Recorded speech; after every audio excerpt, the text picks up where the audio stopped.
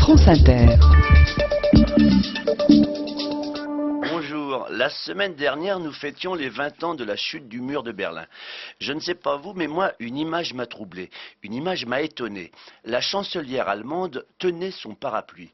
Ça n'a l'air de rien, mais le chef d'un des plus grands pays occidentaux est une femme qui, les jours de crachin et de cérémonies officielles, ne trouve pas spécialement dégradant ni déshonorant de tenir son parapluie afin de ne pas gâcher sa mise en pli et risquer d'attraper une bronchite. Ça n'a l'air de rien, mais vous remarquerez que le président de la République française, lui, ne tient jamais son parapluie.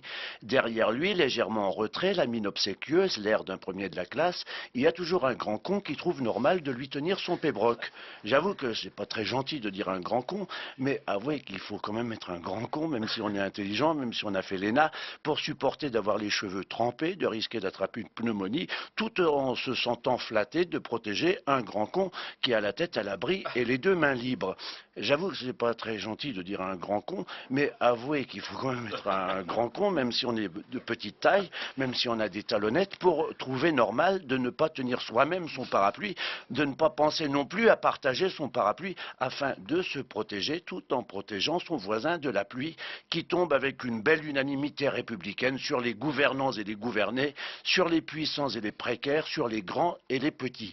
Les petits qui ont juste la satisfaction de ressentir les méfaits humides de la pluie un peu plus tardivement que ceux dont la taille leur est supérieure.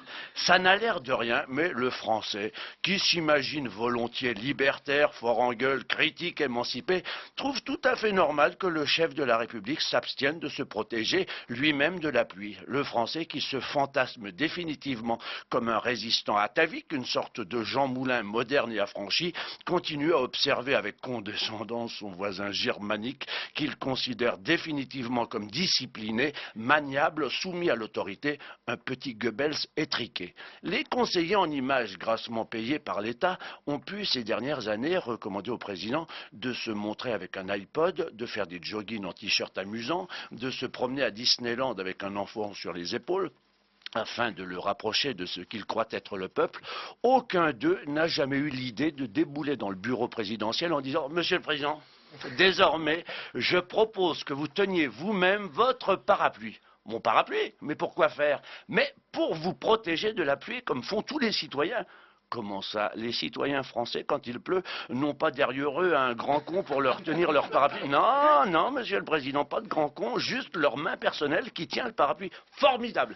Allez me chercher un parapluie, de ce pas, je vais sortir dans les rues de Paris avec. Mais monsieur le président, il faut aujourd'hui un soleil radieux. Eh bien, on dira que le président, indépendant comme le sont les Français, les jours de grand soleil, tient lui-même son ombrelle.